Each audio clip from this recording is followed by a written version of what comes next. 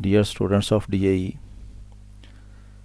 आप लोगों के लिए ला रहा हूँ multiple choice questions applied physics chapter number 2। ये चैप्टर स्केलर्स एंड वेक्टर्स का चैप्टर है। ये एमसीक्यूज़ जो कि सेकंड चैप्टर के हैं। ये फ़िज़िक्स 122 का सेकंड चैप्टर है, फ़िज़िक्स 222 का सेकंड चैप्टर है, फ़िज़िक्स 113 का सेकंड चैप्टर है और फ़िज़िक्स 132 का सेकंड चैप्टर है। तो आज हमने इस चैप्टर के एमसीक्यूज़ करने हैं। तो आए चलते हैं एमसीक्यूज़ की तरफ। पहला क्वेश्चन है, which of the following is a scalar quantity, कि इन सब में से स्केलर क्वांटिटी कौन सी है। हम जानते हैं कि ऐसी क्वांटिटीज़ जिनकी सिर्फ मैग्नीट्यूड और प्रॉपर यूनिट होता है और वो कम्प्लीटली स्पेसिफाई हो जाती हैं वो स्केलर क्वांटिटीज़ कहलाती हैं, जबकि जिन क्वांटिटीज़ में मैग्नीट्यूड, प्रॉपर यूनिट और डायरेक्शन होती है और फिर वो कम्प्लीटली स्पेसिफाई होती हैं तो हम उनको वेक्टर्स कहते हैं। तो हमसे ये पूछा गया है कि इनमें से स्केलर क्वांटिटी कौन सी है। जो हमारे पास ऑप्शंस हैं उनमें नंबर 1 ए पे एनर्जी, बी पे वेलोसिटी, सी पे फोर्स और डी पे टॉर्क। तो हमने इनमें से ये बताना है कि इनमें से स्केलर क्वांटिटी कौन सी है, यानी बगैर डायरेक्शन वाली क्वांटिटी इनमें से कौन सी है। तो आप इसको गैस कर लें। आपके सामने आंसर आ रहा है और करेक्ट आंसर है ए। एनर्जी जो है इसके साथ कोई डायरेक्शन नहीं होती, ये एक स्केलर क्वांटिटी है, जबकि वेलोसिटी भी डायरेक्शन वाली क्वांटिटी है, फोर्स भी डायरेक्शन वाली क्वांटिटी है और टॉर्क भी डायरेक्शन वाली क्वांटिटी है। तो हमारा करेक्ट आंसर हुआ एनर्जी। तो ये हमारा पहला एमसीक्यू क्वेश्चन है चैप्टर नंबर 2 का। आए चलते हैं दूसरे क्वेश्चन की तरफ। Question number 2, which one is the vector quantity. अब हमने ये बताना है कि इनमें से वेक्टर क्वांटिटी कौन सी है। हमें वेक्टर और स्केलर का डिफरेंस पता चल गया है। हमारे पास ऑप्शंस हैं नंबर ए पे डेंसिटी, नंबर बी पे लेंथ, नंबर सी पे फोर्स और नंबर डी पे वर्क। तो इनमें से हमने गैस करना है कि कौन सी क्वांटिटी जो है वो वेक्टर क्वांटिटी है। तो आए चलते हैं अपने आंसर की तरफ। आपने आंसर को गैस कर लिया होगा। करेक्ट आंसर है हमारे पास सी, फोर्स। फोर्स डायरेक्शन वाली क्वांटिटी होती है, ये एक वेक्टर क्वांटिटी है। चलते हैं अपने क्वेश्चन नंबर 3 की तरफ। क्वेश्चन नंबर 3 है, a vector which has magnitude 1 is called, कि ऐसा वेक्टर जिसकी मैग्नीट्यूड 1 हो उसको क्या कहते हैं। और हमारे पास ऑप्शंस हैं, नल वेक्टर कहते हैं, पोजीशन वेक्टर कहते हैं, यूनिट वेक्टर कहते हैं या नेगेटिव वेक्टर कहते हैं। तो आप क्वेश्चन का आंसर जो है उसको जज कर लें। चलते हैं आंसर की तरफ। करेक्ट आंसर है सी, यूनिट वेक्टर। तो जैसा कि नाम से ज़ाहिर है, यूनिट से यूनिट 1 को कहते हैं। तो ऐसा वेक्टर जिसकी मैग्नीट्यूड 1 हो हम उसको यूनिट वेक्टर कहते हैं। तो हमारा सी वाला आंसर जो है यूनिट वेक्टर, ये करेक्ट है। चलते हैं क्वेश्चन नंबर 4 की तरफ। क्वेश्चन है, the angle between two rectangular components of a vector is. The angle between two rectangular components of a vector is, कि किसी वेक्टर के रेक्टेंगुलर कंपोनेंट्स के दरमियान एंगल क्या होता है। तो हमें ऑप्शंस दी गई हैं, 30 डिग्री होता है, बी पे 60 डिग्री होता है, सी पे 90 डिग्री होता है और डी पे 180 डिग्री होता है। चलते हैं अपने आंसर की तरफ। आप इसमें से आंसर जज कर लें। करेक्ट आंसर है सी, 90 डिग्री। तो हम जब रेक्टेंगुलर कंपोनेंट्स को डिफ़ाइन करते हैं तो हम कहते हैं किसी वेक्टर के ऐसे दो कंपोनेंट्स जिनके दरमियान 90 डिग्री का एंगल हो, वो उस वेक्टर के रेक्टेंगुलर कंपोनेंट्स कहलाते हैं। तो रेक्टेंगुलर कंपोनेंट्स में से एक कंपोनेंट जो है वो अलॉन्ग एक्स एक्सिस होता है और दूसरा कंपोनेंट अलॉन्ग वाई एक्सिस लेते हैं हम, तो दोनों के दरमियान एंगल 90 डिग्री होता है। तो ऐसे दो कंपोनेंट किसी वेक्टर के जिनके दरमियान 90 डिग्री का एंगल हो उनको हम उस वेक्टर के रेक्टेंगुलर कंपोनेंट्स कहते हैं। और यही क्वेश्चन हमसे पूछा गया था कि रेक्टेंगुलर कंपोनेंट किसी वेक्टर के हों तो उनके दरमियान एंगल कितना होता है। तो ज़ाहिर है उनके दरमियान 90 डिग्री एंगल होता है। चलते हैं अपने अगले क्वेश्चन की तरफ।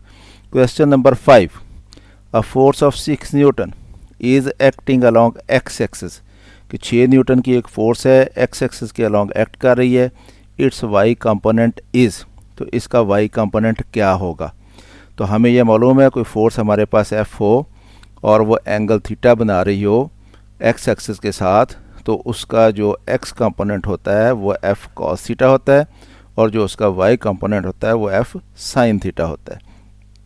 तो हमें कहा गया है कि फोर्स जो है वो एक्स एक्सिस के अलॉन्ग है, तो जब वो फोर्स एक्स एक्सिस के अलॉन्ग है तो इसका मतलब उसका एंगल जो है वो theta is equal to zero बनेगा। जब थीटा ज़ीरो बनेगा तो हम वाई कंपोनेंट क्या होता है एफ साइन थीटा, तो हम एफ साइन थीटा में थीटा की वैल्यू पुट करेंगे और देखेंगे आंसर क्या ठीक बनता है। तो अब आपने इस फार्मूला से आंसर जज कर लिया होगा। हम चलते हैं अपने आंसर की तरफ।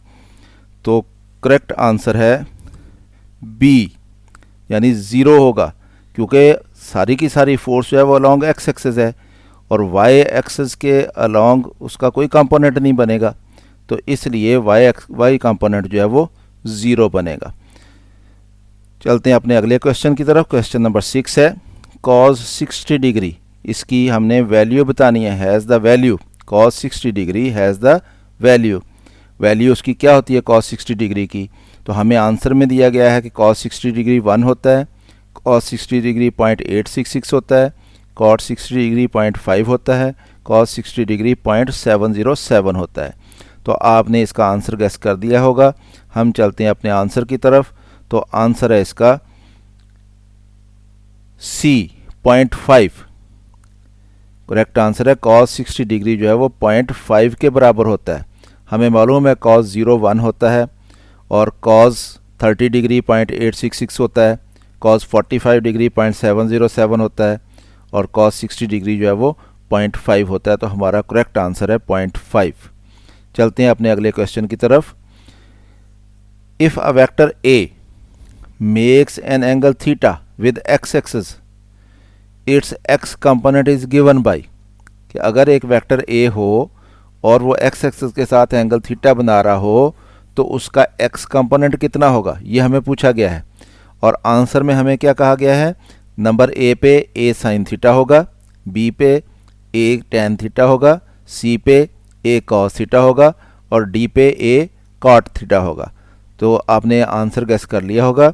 हम चलते हैं अपने आंसर की तरफ। करेक्ट आंसर है इसका सी, ए कॉस थीटा। हमें मालूम है कोई वेक्टर ए हो और वो एक्स एक्सिस के साथ एंगल थीटा बना रहा हो तो उसके दो कंपोनेंट जिनको हम रेक्टेंगुलर कंपोनेंट कहते हैं उनमें से एक एक्स कंपोनेंट होता है और दूसरा वाई कंपोनेंट होता है। एक्स कंपोनेंट जो है वो ए कॉस थीटा होता है और वाई कंपोनेंट जो है वो ए साइन थीटा होगा। तो हमारा आंसर ए कॉस थीटा ये करेक्ट है। चलते हैं अगले क्वेश्चन की तरफ। हमसे पूछा गया है if two vectors make an angle of 90 degree with each other, कि दो वेक्टर हैं और उनके दरमियान 90 डिग्री का एंगल है। देयर स्केलर प्रोडक्ट इज़, तो उनकी स्केलर प्रोडक्ट क्या होगी। हमें मालूम है दो वेक्टर्स का स्केलर प्रोडक्ट उसको हम डॉट प्रोडक्ट भी कहते हैं। तो A dot B, A dot B होता है A B cos theta, A dot B होता है ए बी कॉस थीटा। तो अब दो वेक्टर हैं उनके दरमियान एंगल 90 है, तो इसका मतलब कॉस 90 डिग्री लगाना है हमने। तो कॉस 90 डिग्री की वैल्यू पुट करेंगे, आप हमें आंसर पता चल जाएगा। आपने आंसर गेस कर लिया होगा। हम चलते हैं अपने आंसर की तरफ। तो करेक्ट आंसर है ए, यानी 0, क्योंकि दो वेक्टर्स जब परपेंडिकुलर होते हैं एक दूसरे के साथ तो उनका dot product A B cos theta, cos 90 की वैल्यू 0 होती है। तो ए बी 0 के साथ मल्टीप्लाई होके 0 बन जाएगा। हमारे पास आंसर 0 आना है कि अगर दो वेक्टर एक दूसरे के साथ 90 का एंगल बना रहे हों तो उनका डॉट प्रोडक्ट या उनका स्केलर प्रोडक्ट जो है वो 0 होता है। चलते हैं अपने अगले आंसर क्वेश्चन की तरफ। क्वेश्चन है the scalar product of two vectors A and B at an angle theta with each other is, कि दो वेक्टर ए और बी हैं उनके दरमियान एंगल थीटा है, उनका स्केलर प्रोडक्ट क्या होता है। तो स्केलर प्रोडक्ट आपने गैस कर लिया होगा। हमारे पास आंसर दिए हुए हैं। ए पे है ए बी पे है A B sine theta, C पे है ए बी कॉस थीटा और डी पे है ए बी टेन थीटा। हमारा करेक्ट आंसर है C, A B cos theta. तो जैसे मैंने अभी आपको बताया कि A dot B scalar product होता है दो वेक्टर्स का, डॉट प्रोडक्ट भी इसको कहते हैं, और ए डॉट बी बराबर होता है ए बी कॉस थीटा के। अगले क्वेश्चन की तरफ चलते हैं। If vectors A and B are parallel, कि दो वेक्टर्स हैं ए और बी दोनों पैरेलल हैं यानी एक ही डायरेक्शन में हैं, तो टू ईच अदर एक दूसरे के साथ वो पैरेलल हैं, देन तो हमें कुछ स्टेटमेंट्स दी गई हैं कि दो वेक्टर ए और बी पैरेलल हैं। तो आप इन स्टेटमेंट्स को देखें और हमें करेक्ट आंसर बताएं देख के कि इनमें से कौन सी स्टेटमेंट करेक्ट है। यानी ए डॉट बी 0 होगा, ए डॉट बी 1 होगा, ए डॉट बी बराबर ए बी के होगा, और ए डॉट बी बराबर माइनस ए बी के होगा। यानी चारों स्टेटमेंट्स में हमें डॉट प्रोडक्ट पूछा गया दोनों वेक्टर्स का, और डॉट प्रोडक्ट हमें पता है कि ए बी कॉस थीटा होता है, और यहाँ पे दोनों वेक्टर्स ए और बी पैरेलल हैं यानी एक ही डायरेक्शन में हैं, तो इसका मतलब दोनों के दरमियान एंगल 0 होगा, यानी कॉस 0 लगाना है हमने। तो कॉस 0 लगा के कॉस 0 की वैल्यू पुट करेंगे तो हमें पता चल जाएगा इनमें से कौन सी स्टेटमेंट करेक्ट है। तो हमारा करेक्ट आंसर है C, A dot B is equal to A B cos theta, और क्योंकि दोनों एक ही डायरेक्शन में है तो ए बी कॉस 0 बन जाएगा, और कॉस 0 कितना होता है 1, तो इसलिए A dot B is equal to A B रह जाएगा। तो ये आंसर हमारा करेक्ट है कि अगर ए और बी दोनों पैरेलल हों तो ए डॉट बी जो है वो बराबर ए बी के होगा। तो ए डॉट बी बराबर माइनस ए बी, डी वाला आंसर। तो ये कब करेक्ट होता है? अगर वह एंटी पैरेलल होते, कि एक की डायरेक्शन और दूसरे की डायरेक्शन एक के अपोजिट होते, तो फिर कॉस 180 डिग्री लगता, तो फिर हमारा डी वाला आंसर करेक्ट हो जाता। और अगर दोनों वेक्टर्स के दरमियान 90 का एंगल होता है तो कॉस 90 0 होता है, तो फिर हमारा ए वाला आंसर करेक्ट हो जाता। तो इसका मतलब ये है कि हमारा सी वाला आंसर जो है वो करेक्ट है कि A dot B is equal to A B, दोनों वेक्टर्स जो हैं वो पैरेलल हैं यानी एक डायरेक्शन में। चलते हैं अपने अगले क्वेश्चन की तरफ। The cross product of vector A with itself, यानी एक वेक्टर ए है और उस वेक्टर ए का उसी वेक्टर ए के साथ हमने क्रॉस प्रोडक्ट लेना है, यानी ए और ए दो वेक्टर हो गए, दोनों एक ही डायरेक्शन में हो गए, उनका हमने क्रॉस प्रोडक्ट लेना है। तो जब दोनों वेक्टर्स एक ही डायरेक्शन में हैं तो उनके दरमियान एंगल कितना हो गया? फिर वो तो 0 हो गया। तो जब दोनों के दरमियान एंगल 0 हो गया तो क्रॉस प्रोडक्ट क्या होता है हमारे पास? A cross B is equal to A B sine theta होता है। तो यहाँ पे ए क्रॉस ए है तो दोनों वैल्यूज़ ए की मैग्नीट्यूड फिर ए की मैग्नीट्यूड फिर दोनों के दरमियान जो एंगल है उसका साइन लगना है। तो दोनों के दरमियान एंगल है 0 तो साइन 0 आ जाएगा। तो साइन 0 की जो वैल्यू होती है वो पुट करके तो आप इसमें से आंसर गेस कर सकते हैं कि आंसर कौन सा करेक्ट है। पहले नंबर पे हमें दिया गया कि ए आंसर आएगा, बी पे हमें दिया गया कि 1 आएगा, सी पे हमें दिया गया कि 0 आएगा, और डी पे हमें दिया गया है कि ए स्क्वायर आ जाएगा। अब हम देखते हैं कि हमारा करेक्ट आंसर कौन सा है। आपने गेस कर लिया होगा, करेक्ट आंसर है सी, यानी दोनों का क्रॉस प्रोडक्ट 0 होगा। दो वेक्टर जब भी पैरेलल होते हैं तो उनका क्रॉस प्रोडक्ट हमेशा 0 होता है। तो जब भी हमने ये मालूम करना हो कि दो वेक्टर पैरेलल हैं या नहीं हैं तो हम उनका क्रॉस प्रोडक्ट लेते हैं। अगर क्रॉस प्रोडक्ट 0 आ जाए तो इट मीन्स कि वो पैरेलल हैं। तो हमने देख लिया कि ए क्रॉस बी जो है, ए क्रॉस ए जो है उसका आंसर क्या आएगा। किसी वेक्टर का उसी वेक्टर के साथ क्रॉस प्रोडक्ट लिया जाए तो आंसर 0 होता है। चलते हैं अगले क्वेश्चन की तरफ। Question number 12, in a right angle triangle if one of its angles is 30 degree then the other will have value. अब राइट एंगल ट्रायंगल क्या होती है? ये ऐसी ट्रायंगल होती है जिसका एक एंगल 90 डिग्री होता है। अब ट्रायंगल के तीनों एंगल्स जो हैं उनका सम क्या होता है? वो 180 होता है। तो एक एंगल 90 हो गया, दूसरा एंगल हमें बताया गया 30 डिग्री हो गया, हमसे तीसरा एंगल पूछा गया है कि तीसरा एंगल कितना होगा। तो आपने आंसर गेस कर लिया होगा। ये बहुत ही आसान क्वेश्चन है। चलते हैं अपने आंसर की तरफ। तो आंसर है हमारे पास सी, और ये कितना है? 60 डिग्री, यानी 30 डिग्री एक एंगल हो गया, 60 डिग्री दूसरा एंगल हो गया, और 90 डिग्री एंगल हो गया क्योंकि वो राइट एंगल ट्रायंगल है। तो तीनों एंगल्स का सम जो है 180 हो गया। तो ये हमारा करेक्ट आंसर है। चलते हैं अगले क्वेश्चन की तरफ। Question number 13, which of these statements is correct, इनमें से कौन सी स्टेटमेंट करेक्ट है, ये हमने बताना है कि कौन सी स्टेटमेंट दुरुस्त है इनमें से। और स्टेटमेंट्स क्या दी गई हैं हमें, पहली स्टेटमेंट ए दी गई है, A dot B is equal to minus B dot A होता है। दूसरी स्टेटमेंट बी, इसमें क्या कहा गया है कि A cross B is equal to B cross A होता है। और तीसरी statement C, A dot B बराबर बी डॉट ए होता है। और चौथी statement D, A dot B not equal to, ये सिंबल जो है ये नॉट इक्वल टू कहलाता है कि ये बराबर नहीं है बी डॉट ए के। तो हमें मालूम है कि ये डॉट प्रोडक्ट और क्रॉस प्रोडक्ट के बारे में क्वेश्चन है वेक्टर्स की। हमें मालूम है कि डॉट प्रोडक्ट जो है वो कम्यूटेटिव होता है और क्रॉस प्रोडक्ट जो है वो कम्यूटेटिव नहीं होता।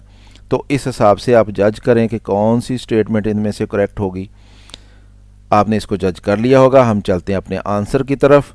तो आंसर है सी, ए डॉट बी और बी डॉट ए बराबर होते हैं। पहले आंसर को देखें, A dot B is equal to minus B dot A, ये दुरुस्त नहीं है क्योंकि डॉट प्रोडक्ट कम्यूटेटिव होता है, जगह बदल देने से फ़र्क नहीं पड़ता। ए डॉट बी करें या बी डॉट ए करें, आंसर सेम रहता है।